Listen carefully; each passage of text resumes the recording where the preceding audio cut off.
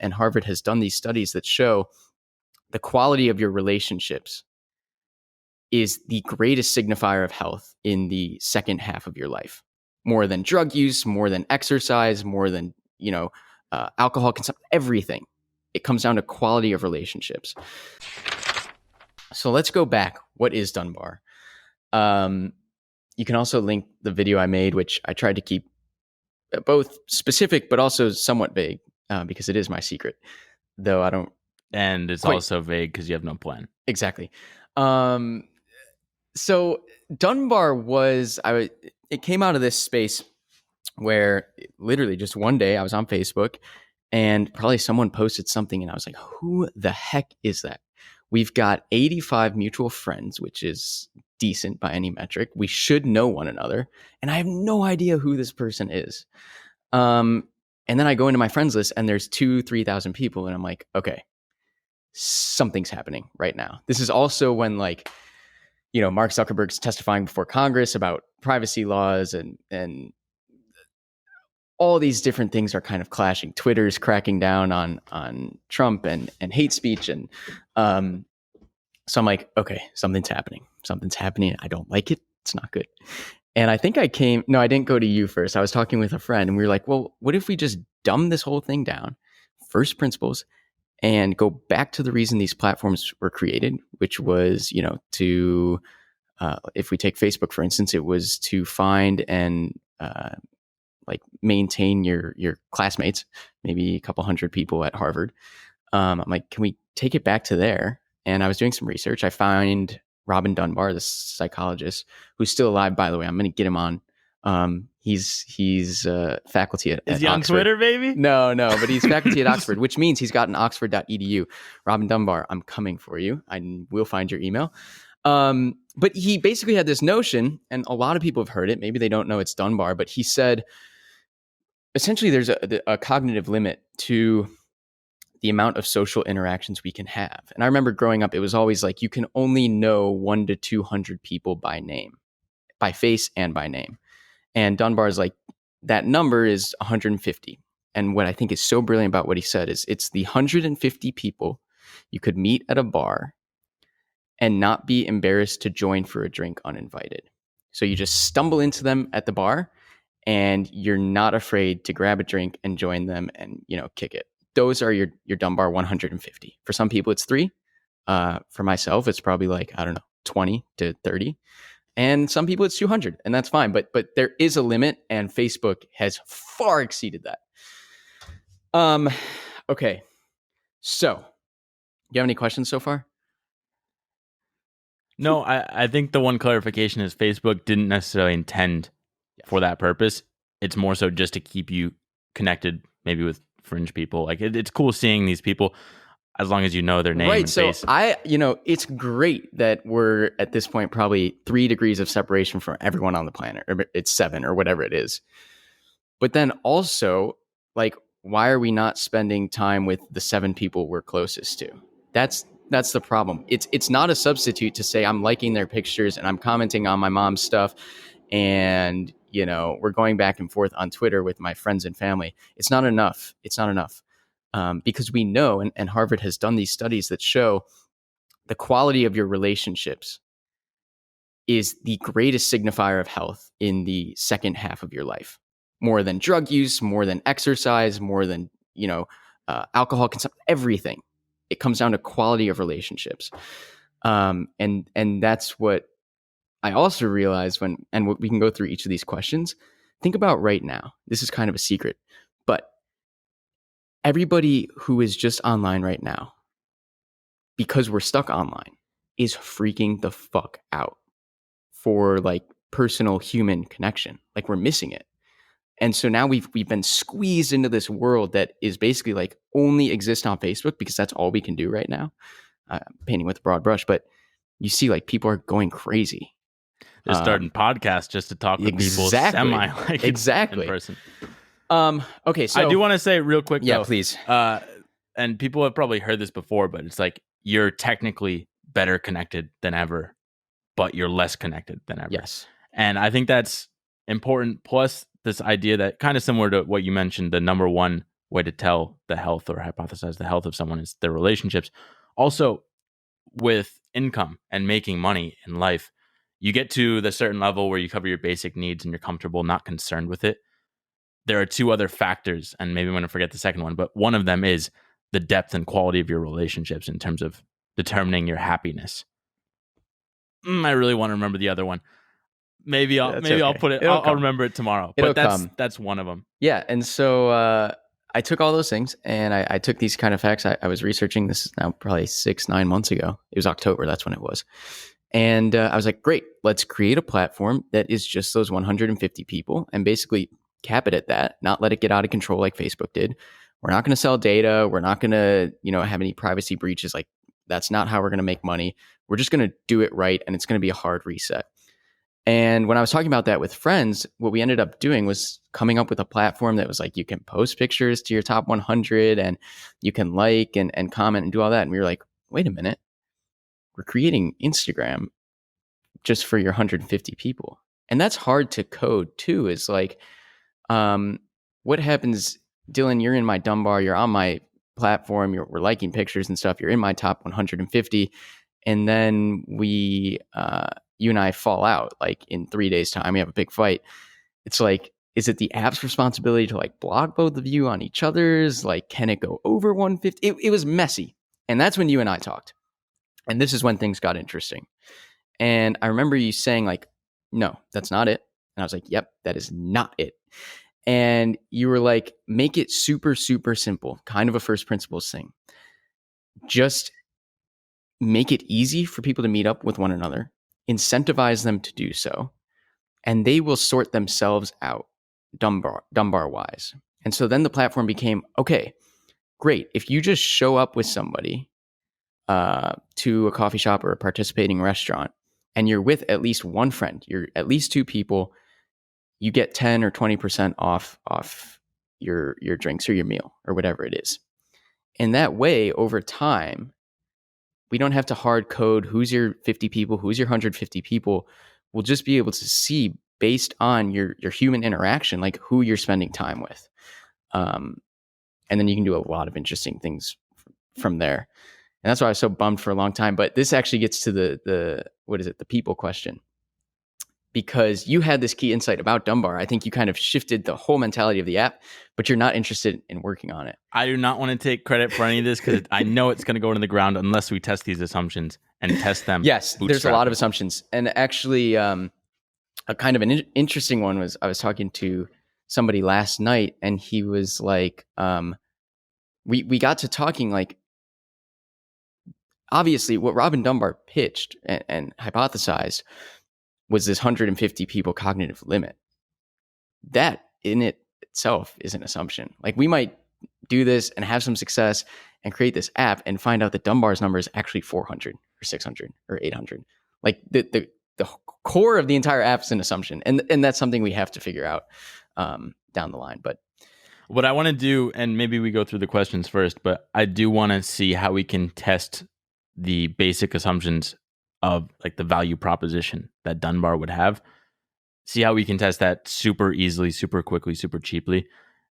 But maybe you want to go over the 7 questions first. Well, really quick, and you and I have talked a bit about that, but it's as simple as this is like MVP stuff, minimum viable product, and just iterating and testing. It's like assumption number 1, and again, we've talked about this. It's like, can we get 2 people to walk into a coffee shop together, show their phones, or give a code that they're there on Dunbar's behalf, and will the restaurant give them an agreed upon amount? Well, all right, I just want to get into it because maybe we'll come back to the 7 questions.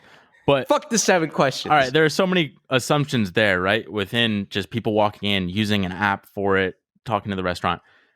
What I liked was, I think it was maybe from How I Built This. Is it Brian Chesky or Joey Gebiet? From what company? From Airbnb. Whatever the Airbnb, How I Built This. I think that's what it's from. But they were literally taking photos for people putting out their homes in the early days of Airbnb because they didn't know how to take good ones. So if you were looking at a hotel, comparing it to staying in some dude's house, and it looks like he took it in the bathroom, like a mirror selfie, it's shitty and you're not going to want to stay there. So they paid professional photographers to come to these people's homes in New York or wherever and take the photos. So it was super like very hands-on, not scalable. And then you figure out how to scale it later. So what I'm thinking is like, okay, you have this assumption. I think the most critical one is, are people going to want to meet up with each other? And I mean, I would love this. Like I was thinking about it before with like, if I could just ping my schedule. So like my Google Calendar has some openings in that. If that just gets sent out to the world, like Dylan has an opening from 2 to 4 p.m. Anyone want to hang out, grab lunch, grab a bite, grab a drink, whatever. That would be so cool. It just that's functionality we've talked about bringing down the line. But I think fundamentally there, what you could maybe do is just, I don't know, is your target audience like people our age, like Gen Z type people that are always on their phones? But I know it's naive to say everyone, but we know, like we were saying, it's the quality of your relationships in the second half of your life that are so important. So yes, it's like Gen Z now, but also people who are 40, who would be 50. more like, who's your I forget the term for it, like first adopters, consumer Gen Z. You think they would want to well, that's an assumption in itself, but the niche of Gen Z that's like fed up with the Facebook, Twitter, Snapchat ecosystem. Are your in-person friends fed up? Are they that type of demographic? Yeah. This gets to the secret question. It's so interesting. Everyone I tell about this, maybe they're just being nice, but I doubt it, because I tell people you don't have to be nice to me. They're like, oh yeah, like I do have that problem. I don't know any of these people. I don't use Facebook for this anymore. Like I only go on Facebook to see people's birthdays. Like I feel like when I tell people, it makes me realize like, oh, this is actually a secret that people aren't realizing is it's just about to implode on itself. Like Facebook is just imploding slowly, but at least in our demographic. Here's where, so I get scared when you're like, I want to find a developer. You have not much coding experience. It's a shit show. Like once you get into building a team, super dangerous. So I'm thinking like you have your friends, right, with their demographic. They're clearly fed up with Facebook other than birthdays and etc. What if you're like, all right, this is a friend who I know is fed up. Who are his 10 closest friends or whatever? And then you're like, hey, let's call him John. Hey, John, you give me $10 and I'll book your calendar this week with lunches with your closest friends. And now you're testing the assumption that they're doing it because of the money. Like that's an assumption too. And then, or sorry, you'll give. I'm paying them. Okay. Say, oh, that's super interesting. All right, well, whatever. It's the same thing as the restaurant giving them a discount. It's like, hey, if you meet up with one of your friends this week, I'll give you $10. I like that. And maybe you don't want to incentivize because there is like, you don't want to give people money for something they'd naturally do. Maybe it's actually they don't give a shit about the money. It's just if you can connect them with their friend, like, hey, maybe that's worth testing before even the money part is just, hey, do you want to have lunch with a friend this week? And then you reach out to all those friends, be like, hey, do you have an opening in your schedule? You know his schedule, her schedule, whatever. And then try and match them for like a lunch date at X place. Yeah. See, the problem is, and this gets to the timing question, I guess we can kind of weave all these in here. Just in terms of COVID, like these things are much harder now. I really like that though. That's like super easy. Just to prove the point, like if I give you X incentive, will you just go eat with this person? I feel like the answer is so obviously yes. But you can't make that assumption.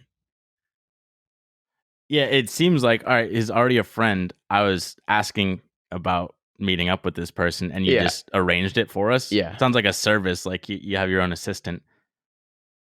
But that's not what the app would do. It's not a meetup arranger. Why not?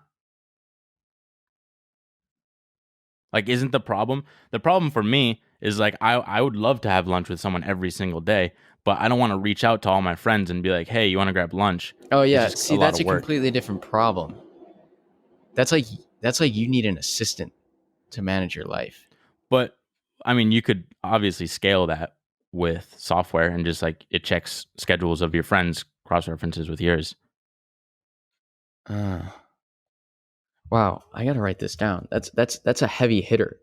Well, there are so many assumptions of like what people find valuable. For me, that's what I'd find valuable is just like, oh, I put out I'm free tomorrow, and then all my friends can like, oh, you're free, you want to grab lunch, and I can kind of like pick who I want to go to lunch with. So you want this to cross-reference your, My schedule with theirs.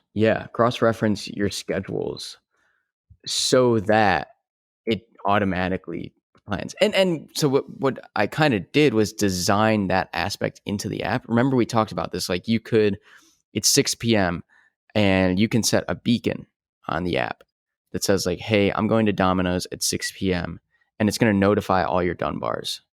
Maybe it's 40 people, like who's in. I even think, well, just because I feel like people have generally the same schedules, like in college and work, like you get off at this time. You don't have to do it immediately. It could be planned in the future. Like, hey, for the next week, I know this is roughly my schedule, and then it just pings out, and like if any match up, it's like, hey, Dunbar's like, hey, do you want to have lunch with Henry this week? That's super Sure, interesting. and it books it for you and make it easy. Huh. Okay. Wow. I mean, this is recorded, so you don't even have to take notes on it, Buggy. But yeah, sorry for my silence. I'm like furiously typing because that's really interesting. But that's something we have to test. Is like, okay, if it's a platform that just offers incentives for you to meet up with people, is that hurdle, like you say, of texting someone or figuring out on the app like who can meet at this place at what time, is that too much? Well, that's okay. Friction. So, is it too much friction? yeah, so I'm testing. You're basically testing two at once. You're trying to take out the friction plus add monetary incentives. I'm saying just start with the friction. If the friction isn't the main issue, then maybe it's the money. I don't think it's the money. Like if you're paying me to hang out with my friends, I don't think that's what I'm missing. I'm missing the awkwardness of texting all my friends who wants to hang out. Because I do have like 20 or so friends that I'd love to hang out with in person. And what's the But friction there? It's awkward to reach out to them?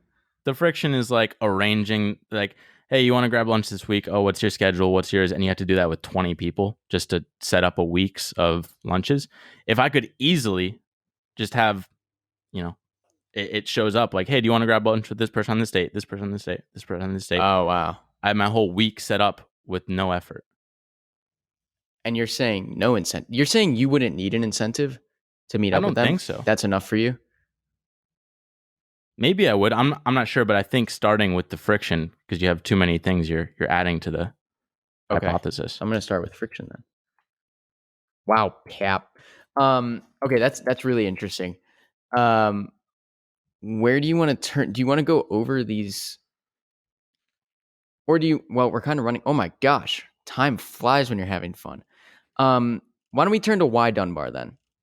But I feel like now we have so many unanswered questions, but we should talk about probably why Dunbar. I also want to get into like actual actionable steps that you're going to do this week to test this whole friction idea. Okay. It's super easy. You literally just I know call it's your super easy. I mean, for a time, from the stance of time. Well, I'm rattled right now, and you know why I'm rattled? It's because you bring up such a good point that I want to like shut down the podcast right now and just sit here and think.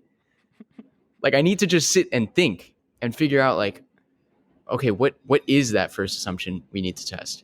And it sounds like, okay, it's either friction or money, but you can't test both at once or you will get confounding results. Okay, do you just want the notes for what I jotted down for why Dunbar? Sure. Yeah. I mean, the way I did it, I don't know how you did it necessarily, but it's like, all right, why am I starting Dunbar? You get one layer of why. That's then not you how break I did that. it. That's right, how'd you not do how I it? did it? You don't listen to me, so it's fine. Basically what happened was, like I said, I did those 7 questions, and then related to each, I basically came up with the why for each of those things. So I have like 6 points. You sounded like me breathing all heavy. I don't know if you want these 6 points. I don't know if it was what you were looking for. Well, get to the essence of really. And it's things we talked about. Okay, I'm just going to rattle them off so that we can go on to action items, and I got to eat lunch. And then I got to think. I need a lot of time to think, Pop. okay, I wrote, the way we use social media platforms to check in with the people around us isn't sustainable. That's what we're figuring out now. All of the founders of these platforms have gone crazy. They've denounced them. They don't let their kids use it, except Zuckerberg for some reason, weirdo. If that's not enough, I don't know what is. So I've got that. I have 2,500 friends. I don't know who they are. Solving a problem for myself first, a small problem that I'm realizing a lot of people have. We've talked about this. The quality of relationships are the single best signifier of health. We don't have quality relationships online. And like I said, like if you look at everyone now, like, does this look like quality relationships online? Like people are going insane because they're stuck online. It's a win-win-win if we're talking monetary. The customers are getting incentives and value for showing up with friends, hopefully something they do anyways. Restaurants are getting at least 2 people in the door from Dunbar. Great. And Dunbar wins somehow. I haven't figured that out yet. And then the last one I wrote is like, we're taking the kind of successful aspects of a whole bunch of different platforms, be it Facebook, text messaging, Grubhub, like WeChat payments, Seated is like an incentives app to sit down at places. And we're kind of taking all those things that work, getting rid of the bad stuff, and then channeling that into something that hopefully, if these assumptions are correct, will kind of get people back on track with the people they're closest to. That's what I have for the why. And they came out of those 7 questions. I think it makes a lot of sense, and plus it's solving a personal need. Like you've seen this problem before. It you're solving it for yourself. My question now is why couldn't you just have Dunbar be this thing that's just like this sort of luxury service within Chicago, and you can still make a lot of money, like support yourself, make See, this is where you and I differ. Yeah, well, that's why I'm curious. Yeah, why do you want to? Right. I don't know. I've been on this quest to just like change the landscape of the world. Whereas you're like, I want to change the landscape of my community and my neighborhood. And I don't know why that is. And I don't know if that's going to change. But like, I see someone like Elon Musk. Everyone says this. But like, I want to make the SpaceX. I want to make the Tesla. I do want to make the Facebook. I just don't want to manage it so poorly. But you're not trying to be a billionaire. No, you're trying to have that's the impact. Weird thing. No. And like at the end of the day, I'm a social entrepreneur, right? And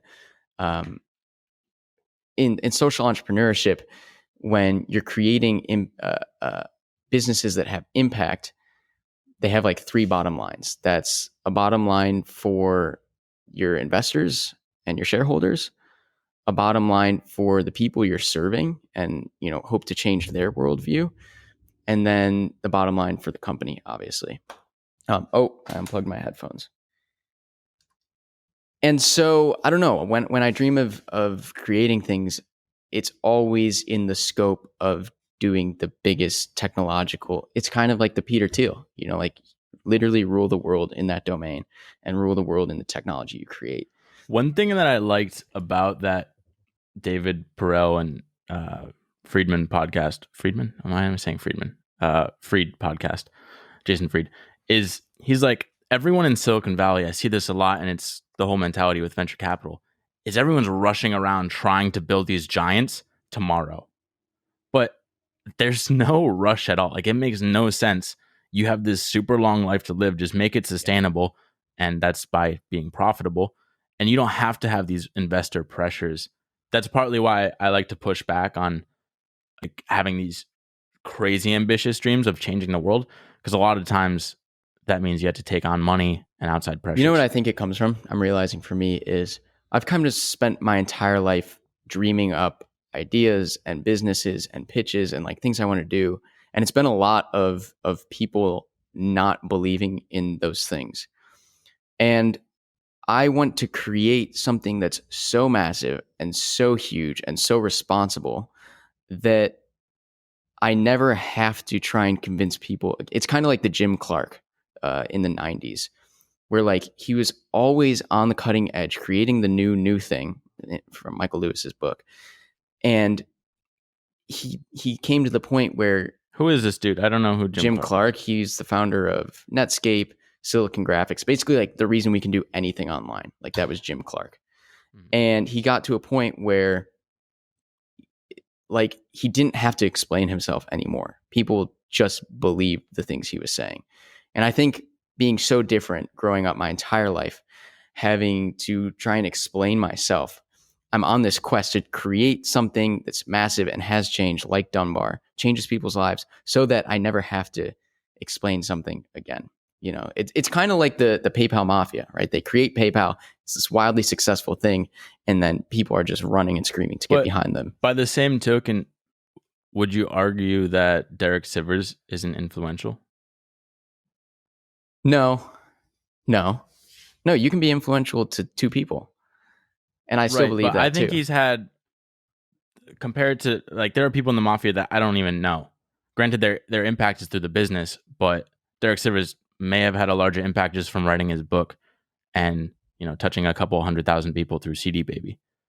So it's not like, again, I want you to change the world. I think that's awesome. Yeah. I just like, how do we bring it back down to reality and then test it and make sure you really want that? Yeah. But well, let's talk about action items, and then all right. So one, do you actually think, because I know I threw out friction, maybe that's not the approach. I'm not sure. For me, it's friction.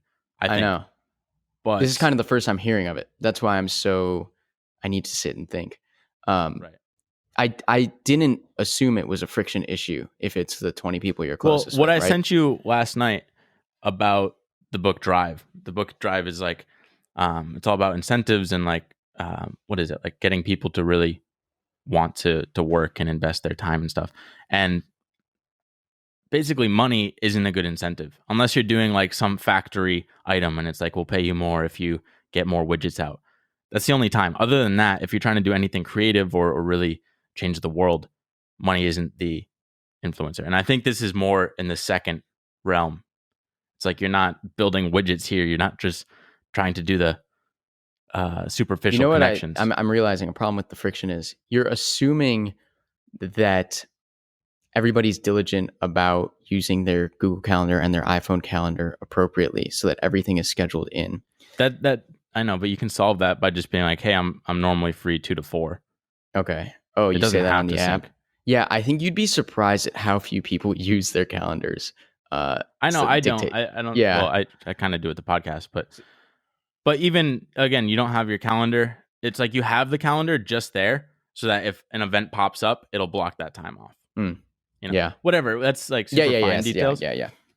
But yeah, if it is friction, I think the easiest way to test, and you could literally test this today, just with a couple hours, you just call one of your best friends that has this problem. And you're like, okay, I know John. He has all these problems. And not your dad. He has all these problems. I'm going to call his closest friends, see if they want to meet up with him this week. And then, assess, do they actually meet up? Yes.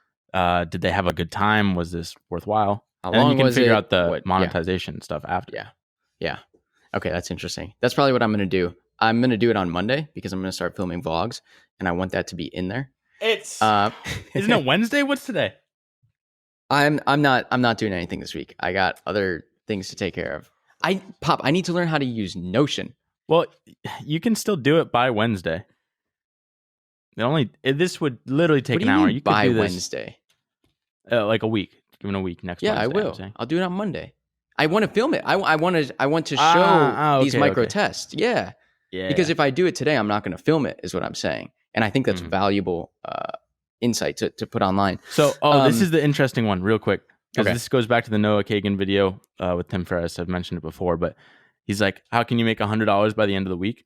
So you first test, like, well, are they willing to do this? And then you can start putting a monetary value. You charge them for the service. Or maybe that's actually what he says is to start with. It's like, hey, give me $10 and I'll schedule an appointment this week. That's so hard. How do you do that now? Because people are so, granted, like some of my friends are looser than others in terms of meeting up, but like it's not easy to do right now. With COVID? Yeah, that's why like my plan of action was create a minimum viable product, right? Test it on 5-10 people so that it's ready to test at 5 restaurants in April or whatever. You're pushing shit off. One-on-one meeting, it's not like you're trying to assemble a Dunbar in a fucking restaurant. You're just trying to get 2 people to have lunch together. They can wear masks or whatever. Yeah, it's just like, hey, are you missing people? Give me $10 and I'll connect you with 3 people this week. I'll set up the lunch dates, like arrange it, whatever restaurants you want or cafes. Okay. Yeah, I think it's doable. Yeah, it's super doable. I'm not saying it's not doable. I'd pay you $10 if you can set up I'd pay you $30. I don't know, like $10 a So what would meeting. you do? You're saying, okay, you would get value from this, but you're going to what? Give me 10 of your contacts and you want me to figure out Yeah, just be like, here are my both your closest friends. calendars. If you can just text them and like figure out when they're free, this is when I'm free.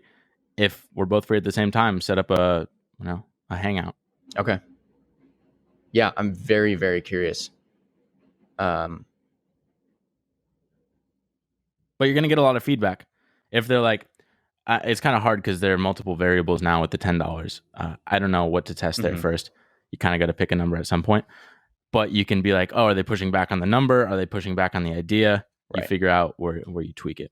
Right. But that's why I want to film this. I think that kind of diligent specific testing is like, you hear about it, right? You hear about it in hindsight, and some successful company, like their CEOs, like, yeah, we did on How I Built This. They're like, we did this test. We were just running around like selling shirts, but we didn't ever see it.